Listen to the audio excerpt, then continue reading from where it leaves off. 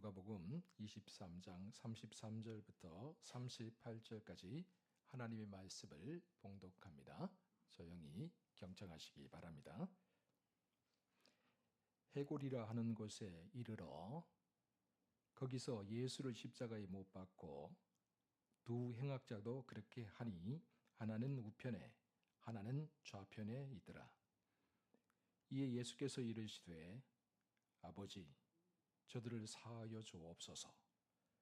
자기들이 하는 것을 알지 못함이니이다 하시더라.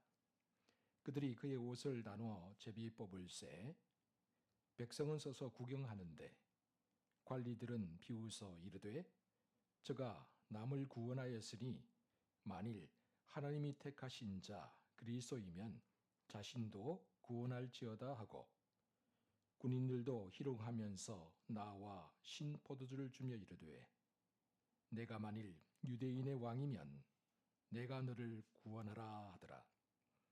그의 위에 이는 유대인의 왕이라 쓴 패가 있더라. 아멘.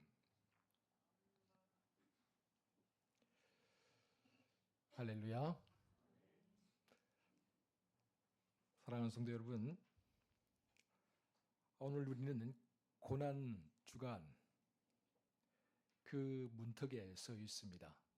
어쩌면 가장 낮고 처절한 곳, 그러나 동시에 가장 눈부시고 아름다운 사랑이 머무는 그 고난 주간, 고난 주일 우리 첫머리에 서 있습니다.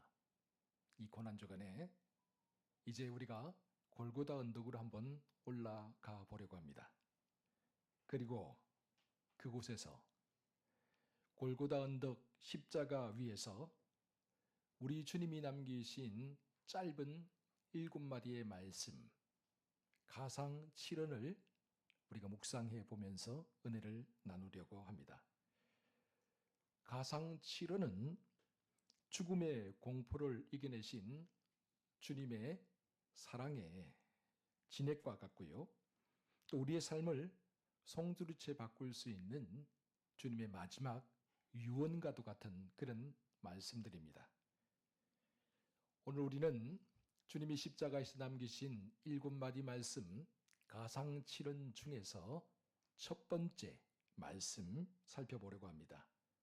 이 말씀을 통해 우리 영혼을 올가매고 있는 모든 올가미들 또 미움의 수건들을 다 벗겨내고 참다운 신앙의 세계로 새로운 믿음의 세계로 나아갈 수 있는 저와 여러분 모두가 되시기를 주의 이름으로 축원합니다. 우리에게 잘 알려진 장발장, 레 미제러블이죠. 이 장발장 이야기 많이 들어보셨을 겁니다. 19살에 19년 동안 옥살이를 하고 이제 장발장이 출소를 하게 돼요. 근데 출소를 하니까 아무도 받아주지를 않아요. 취직을 해보려고 해도 옛날 프랑스에는 취직하려면 신분증을 내야 되는데 신분증에 감옥에 갔다 왔다는 그 표시가 딱 돼 있는 거죠. 그래서 그걸 보면 사람들이 다 거절합니다. 갈 데도 없습니다. 날씨는 추워집니다. 그래서 성당으로 가서 주교가 살고 있는 주교의 문을 두드립니다. 그랬더니 미디엘 주교가 나와서 그를 맞이해줍니다. 그리고 그의 사정을 다 듣고 난 다음에 그에게 따뜻한 스프와 빵을 주고 또 그에게 포근한 잠자리를 줍니다. 처음입니다. 출소하고 난 이후 처음으로 인간다운 대접을 받은 것이지요. 그런데 그 밤에 잠자리에 누웠는데 자기를 대접해 줄 때 보았던 은접시와 은촛대가 자꾸만 눈앞에서 아른거립니다. 그래서 장발장이 미디엘 주교가 잠들어 있는 한밤중 틈을 타서 은접시를 훔쳐서 달아납니다. 그런데 이 한밤중에 달아나다 보니까 헌병들이 순찰을 돌다가 성급하게 도망가고 있는 장발장을 봤어요. 그래서 그를 잡아서 품을 뒤졌더니 은접시가 나왔습니다. 그래서 추궁을 하기 시작합니다. 이것을 어디에서 훔쳤느냐. 그랬더니 처음에는 딱 잡아댔는데 결국 고백을 하죠. 저 성당 미리엘 주교 집에서 훔쳐왔습니다. 그래서 이 장발장을 끌고 미리엘 주교 앞으로 갑니다. 미리엘 주교 문을 두들깁니다. 그러면서 헌병이 이야기합니다. 이 사람이 신부님 집에서 이 은 접시를 훔쳐서 달아나라고 해서 잡아왔습니다. 그러자 미리엘 주교가 깜짝 놀라면서 이렇게 이야기를 하는 겁니다. 오 형제여, 왜 내가 자네에게 주었던 은촛대는 가지고 가지 않았는가? 자, 이 은촛대도 가져가게나. 장발장이 이 은촛대를 들고 찬바람이 부는 들판으로 나아갔습니다. 그리고 하늘을 보며 통곡을 합니다. 하염없이 펑펑 눈물을 흘립니다. 미리엘 주교의 은촛대는 장발장의 영혼을 흔드는 용서의 번개와도 같은 것이었습니다. 그는 범죄자, 낙인이란 그 사회적인 따가운 시선 대신에 사랑받는 자라는, 용서받는 자라는 새 이름을 얻었던 것이지요. 이처럼 미리엘 주교의 용서는 단순히 장발장의 죄를 덮어준 것이 아니라 한 영혼의 깨어진 존엄성을 온전히 회복시켜 주었습니다. 용서받은 자, 장발장, 끝까지 용서하면서 살아가게 되죠. 오늘 본문에 나오는 예수님의 기도, 이 기도가 바로 용서의 은촛대와도 같습니다. 주님을 향해 휘두르는 세상의 책찍과 못박음 속에서도 주님은 욕설과 저주 대신에 용서라는 이름의 은촛대를 건네고 계십니다. 골고다 언덕 주님의 십자가. 여러분, 그 십자가로 한번 올라가 봅시다. 한쪽 편에서는 주님을 조롱하고 비웃는 소리가 들려옵니다. 본문은 이렇게 기록하고 있죠. 본문 35절 함께 읽어보겠습니다. 시작. 백성은 서서 구경하는데 관리들은 비웃어 이르되 저가 남을 구원하였으니 만일 하나님이 택하신 자 그리스도이면 자신도 구원할지어다 하고. 이렇게 한쪽에서는 예수님을 비웃는 소리가 들려옵니다. 그런데 또 다른 반대편에서는 전혀 다른 소리가 들려오죠. 슬피 우는 목소리, 안타까워하는 목소리가 들려옵니다. 그들은 아무 죄 없으신 주님께서 저 참혹한 십자가 위에서 고통당하는 모습을 참아 볼 수가 없어서 자기의 가슴을 치면서 울고 있습니다. 마치 세상이 다 무너져 내린 것처럼, 모든 기대와 소망이 다 무너져 내린 것처럼 구슬프게 그 느끼며 그렇게 울부짖습니다. 이처럼 주님은 그 누구도 가까이 할 수 없고 또 그 누구도 도와줄 수 없는 골고다 언덕 십자가 위에 매달리셨습니다. 피냄새, 조롱하는 소리, 그리고 슬피 흐느껴 우는 소리까지 저 참혹한 십자가 위에서 주님이 이 모든 광경을 다 보고 계십니다. 그리고 그 주님께서 십자가 위에서 처음으로 입을 여셔서 하신 말씀, 그 말씀을 누가는 이렇게 기록하고 있죠. 우리 본문 34절 함께 읽어보도록 하겠습니다. 시작. 이에 예수께서 이르시되 아버지 저들을 사하여 주옵소서 자기들이 하는 것을 알지 못함이니이다 하시더라. 그들이 그의 옷을 나눠 제비 뽑을세. 아멘. 공동번역 성경은 이 본문을 이렇게 옮기고 있습니다. 아버지, 저 사람들을 용서하여 주시옵소서. 그들은 지금 자기들이 하는 일이 무엇인지 알지 못하기 때문입니다. 저 참혹한 십자가 위에서 주님이 처음으로 하신 말씀, 그 말씀은 비명소리가 아니었습니다. 원망하는 소리도 아니었습니다. 저주가 담긴 말도 아니었습니다. 주님이 십자가 위에서 남기신 첫 마디는 아버지, 저들을 용서하여 주옵소서. 용서의 기도였습니다. 자기를 십자가에 못 박는 사람들, 자기를 비난하고 조롱하는 사람들, 심지어 자기를 향해 침을 뱉는 사람들, 그 사람들을 보시면서 주님이 처음으로 하신 말씀, 그 말씀은 저주가 아니라, 그들을 향한 심판이 아니라 용서의 말씀이었습니다. 아버지, 저들을 용서해 주옵소서. 여러분, 이처럼 용서라는 것은 우리의 감정 배설이 아니라 대속의 은혜입니다. 주님은 자신을 십자가에 못 박는 원수의 죄를 주님의 몸으로 다 받아내시고 용서를 통해서 이 죄악의 연쇄 고리를 끊어내셨습니다.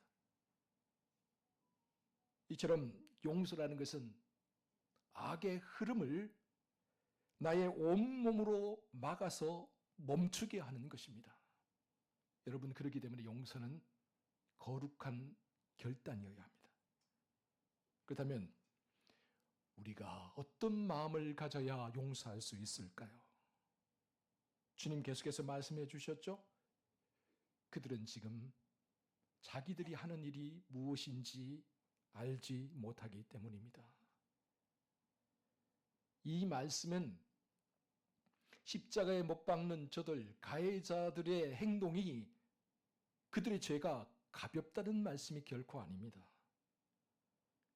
그들의 무지함, 그들의 연약함을 긍휼히 여기시는 하나님의 마음이죠. 지금 주님은 하나님의 마음으로 그들을 바라보시는 거예요. 내 이성과 내 노력으로, 내 의지로 어떻게 나를 십자가에 못 박고 나를 조롱하는 저 사람들을 용서할 수 있겠습니까? 나를 죽음의 구렁텅이로 몰아넣는 저들을 어떻게 용서할 수 있겠습니까? 그러나 하나님의 마음으로 바라보면 다르죠. 저 영혼이 얼마나 무지함 속에 갇혀 있는지, 저 영혼이 얼마나 잘못된 사탄의 영에 사로잡혀 있는지 하나님의 마음으로 바라볼 때 비로소 우리가 용서의 문턱을 넘어갈 수가 있는 것이죠. 여러분, 그리고 기억하세요. 용서라는 것은 나에게 잘못하거나 피해를 준 사람을 위한 것이 아니라 결국에는 나 자신을 위한 것입니다. 우리가 용서하지 않으면요, 우리가 과거라는 감옥에 갇혀버려요. 이미 지나가 버린 일인데, 다시 돌이킬 수 없는 일인데 후회와 미련이 자꾸만 내 머릿속을 파고듭니다. 미움과 정오의 칼날이 자꾸만 내 가슴을 후벼 팝니다. 그래서 용서하지 않으면 쉬지 않고 나를 찌르고 괴롭히고 스스로 아파하는 거죠. 이처럼 용서하지 않으면 우리가 과거라는 감옥에 갇혀서 지옥과도 같은 삶을 살게 되는 거예요. 내 스스로 나를 지옥에 가두고 괴롭히는 거죠. 그래서 용서는 내게 있는 후회와 미련, 한숨, 미움과 증오들을 내 가슴과 내 영혼에서 다 뽑아버리는 거예요. 이 한숨과 이 미움의 칼날들이 있으면 내가 죽으니까요. 나만 죽는 게 아니에요. 멀쩡하게 내 곁에 있는 수많은 가족들, 친척들, 이웃들까지도 죽입니다. 왜요? 이 칼날이 자꾸 옆에 있는 사람들을 찌르잖아요. 이 미움의 증오의 쓴 뿌리가 자꾸만 내 옆에 있는 사람들을 괴롭히잖아요. 불행이 불행을 불러오게 되고요. 결국에는 헤어나올 수 없는 절망의 구렁텅이에 빠져버리고 맙니다. 그래서 우리 주님도 제자들에게 주기도문을 가르쳐 주시면서 분명하게 말씀하고 계시죠. 마태복음 6장 12절 말씀 우리 함께 읽어봅니다. 시작. 우리가 우리에게 죄 지은 자를 사하여 준 것 같이 우리 죄를 사하여 주시옵고. 아멘. 여러분, 이 말씀은 내가 다른 사람을 먼저 용서해야 하나님께서도 나의 죄를 용서하신다는 그런 단순한 의미가 아니에요. 물론 그런 1차적인 의미도 있지만 이 말씀은 더 깊은 의미를 담고 있습니다. 이 말씀의 진정한 의미는 하나님이 먼저 우리를 용서해 주셨는데 용서받은 우리가 다른 사람의 허물과 죄를 용서하지 않으면 하나님께서 그 용서를 취소하신다라는 뜻이에요. 여러분 기억하세요. 내가 다른 사람들의 죄와 허물을 용서하지 않으면 하나님께서도 우리를 용서하신 것을 취소하십니다. 마태복음 18장을 보면 용서할 줄 모르는 종의 비유가 나오고 있죠.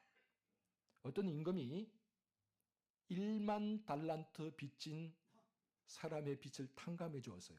1만 달란트, 우리 상상도 안 되죠, 그죠? 1달란트만 해도 성인 남자가 20년 동안 꼬박 매일 하루도 쉬지 않고 365일 일을 하면서 20년 동안 꼬박 돈을 모아서 한 푼도 쓰지 않고 저축해야 벌 수 있는 돈이 1만 달란트, 1달란트라고 합니다. 그런데 1만 달란트는 평생 일해도 가족들이 전체가 평생 일해도 갚을 수 없는 그런 돈이에요. 그런데 그 돈을 탕감해 주었어요. 얼마나 기뻤겠습니까? 이 많은 돈을 탕감받았으니 얼마나 기쁘겠어요. 밖으로 나갔습니다. 그런데 그의 눈에 자기에게 100데나리온 빚진 사람이 보입니다. 100데나리온. 남자 성인이 하루 일해서 벌 수 있는 돈이 1데나리온. 100일 동안 일해서 벌 수 있는 돈. 그 돈을 빚진 사람이죠. 그 사람이 딱 보여요. 그 사람을 만났어요. 어떻게 했을까요? 1만 달란트 이 빚졌던 종이, 탕감받은 종이 100데나리온 빚진 이 사람 친구를 만나자마자 멱살을 잡고 흔들면서 말합니다. 당장 빚을 갚아라. 그래서 100데나리온 빚진 이 사람이 자기의 사정을 이야기하면서 호소합니다. 잠시만 기다려 주소서. 그러면 갚겠습니다. 그런데요, 1만 달란트 빚졌던 이 사람이 100데나리온 빚진 이 사람의 빚을 잠시 기다려주는 게 아니고 그럴 수 없다라고 합니다. 단호하게 이야기합니다. 그러면서 그를 감옥에 가두어 버립니다. 이 소식을 임금이 들었어요. 그래서 1만 달란트 빚졌던 그 사람을 불렀어요. 너는 왜 1만 달란트를 내가 탕감해 주었는데 너에게 100데나리온, 고작 100데나리온 빚진 그 사람의 빚은 탕감해 주지 않고 그를 왜 감옥에 넣었느냐. 그러면서 그를 1만 달란트 빚진 그를 빚을 다 갚을 때까지 감옥에 가두어 버렸습니다. 주님께서 이 비유의 말씀을 마치시면서 이렇게 말씀하셨죠. 마태복음 18장 35절입니다. 함께 같이 읽어봅니다. 시작. 너희가 각각 마음으로부터 형제를 용서하지 아니하면 나의 하늘 아버지께서도 너희에게 이와 같이 하시리라. 여러분 다시 말씀드립니다. 내가 용서하지 않으면 하나님께서 우리를 용서해 주신 것을 취소해 버리십니다. 그러므로 용서는 믿음의 문제입니다. 하나님께서 주홍과 같은 나의 죄를 흰 눈보다 더이게 만들어 주셨고 진홍같이 붉은 나의 죄를 양털보다 더 깨끗하게 해주셨다는 사실을 믿는다면, 그리고 이 죄 사함의 이 기쁨을 맛본 사람이라고 한다면 다른 사람의 작은 허물, 다른 사람의 작은 죄 용서하며 살죠. 비록 단번에 용서하는 것이 힘들다 하더라도, 어렵다 하더라도 가끔씩 생각하면 감정이 욱하고 올라와서 어쩔 줄 모르는 그런 마음이 생긴다 하더라도 그럼에도 불구하고 뜨거운 눈물로 허물을 덮어주고 과거를 덮어주며 살아가는 겁니다. 아직도 용서하지 못한 사람들이 우리 마음속에 있나요? 그 사람만 생각하면 이가 갈리고 잠을 자다가 벌떡 일어나서 가슴을 치는 그런 사람들이 있나요? 치가 떨려서 그 사람이나 그 사건만 생각하면 도무지 밥이 넘어가지 않는 그런 사람들이 여기 이 자리에 있나요? 여러분, 그 사람의 마음이 지옥인데 어떻게 그런 사람이 구원받은 사람이라고 할 수 있겠습니까? 어떻게 그런 사람이 드리는 기도를 하나님이 받으실 수 있겠습니까? 쓴뿌리와 독초가 가득한데 하나님께서 어떻게 그 기도를 받으실 수가 있겠어요? 내가 용서하지 못했는데 어떻게 내가 용서받을 수 있겠어요? 용서하지 않고 용서할 줄 모르는 사람은 그래서 주님이 주는 용서의 기쁨과 화해를 아직도 제대로 누리지 못하는 사람이죠. 제2차 세계대전 당시에 나치의 수용소에 온 가족이 갇힌 사람이 있었어요. 특별히 언니와 함께 한 감옥에 갇혀 있었는데요. 정말 지옥과 같은 그런 시간들을 보냈다고 하죠. 여성으로서는 도무지 감당할 수 없는 그런 고문을 당하고 언니는 죽었어요. 그리고 홀로 살아남은 사람이 있는데 이 사람이 코리 텐붐 여사입니다. 전쟁이 끝난 후에 독일 출신인데요. 이분이 용서와 화해의 복음을 전하면서 살았어요. 이제 우리가 용서해야 된다, 화해해야 된다. 그렇지 않으면 다시 이 세계가 서로에 대한 미움과 다툼과 전쟁으로 물들게 될 것이다. 그렇게 이야기하며 복음을 전하며 온 세계를 돌아다녔죠. 그런데 어느 날 집회가 끝난 후에 한 남자가 뚜벅뚜벅 앞으로 걸어 나왔습니다. 그 남자를 보는 순간 코리 텐붐 여사는 그 자리에 얼어붙어 버렸습니다. 왜냐하면 그 남자가 바로 나치 수용소에서 언니와 자기를 무자비하게 고문했던 남자였기 때문이에요. 그런 그가 바로 눈앞에 서 있어요. 그가 코리 텐붐 여사에게 손을 내밀면서 말합니다. 하나님이 정말 저 같은 사람도 용서해 주셨을까요? 그리고 코리 텐붐 여사께서도 저를 용서하실 수 있습니까? 코리 텐붐 여사는 입을 열 수가 없었다고 그래요. 온몸이 막 사시나무 떨듯이 떨리면서 분노가 치밀어 올랐죠. 하늘이 하얗게 변하는 것 같았대요. 그때 그녀가 잠시 눈을 감고 절규하듯이 하나님께 이렇게 기도했다고 하죠. 주님, 나에게는 저 사람을 용서할 수 있는 힘이 없어요. 내 손을 주님처럼 움직여서 저 사람의 손을 잡게 해주세요. 그때 들려온 주님의 말씀이 있습니다. 마태복음 18장 22절 말씀인데 우리 함께 같이 읽어봅시다. 시작. 예수께서 이르시되 내게 이르노니 7번뿐 아니라 7번을 70번까지라도 할지니라. 7번뿐 아니라 7번을 70번까지라도 용서하며 살아라. 그렇게 이 말씀이 들려서 억지로 손을 내밀어서 그 남자의 손을 잡았습니다. 한마디도 안 했는데 참으로 놀라운 일이 그 순간 벌어졌죠. 이 코리텐범 여사의 어깨에서부터 손끝으로 뜨거운 전류가 흐르듯이 하나님의 사랑이 파도치며 흘러가는 것을 느낀 거예요. 그래서 그녀는 눈물을 흘리면서 이렇게 외쳤다고 하죠. 용서합니다. 형제여, 이제는 당신을 용서합니다. 사랑하는 성도 여러분, 용서는 내 의지만으로, 내 노력만으로는 안 됩니다. 내 힘으로 하는 게 아니기 때문이죠. 십자가의 주님이 그러셨던 것처럼 우리가 내 안에 계신 주님의 말씀에 귀를 기울이고 순종하여 용서와 화해의 손길을 내밀 때 비로소 찾아오는 놀라운 기적과 같은 순간이에요. 그러므로 용서하며 사시기 바랍니다. 주님이 그러셨던 것처럼 용서하지 못할 사람까지도 용서하며 사시기 바랍니다. 아직까지도 내 마음 감옥 속에 가두는 사람이 있습니까?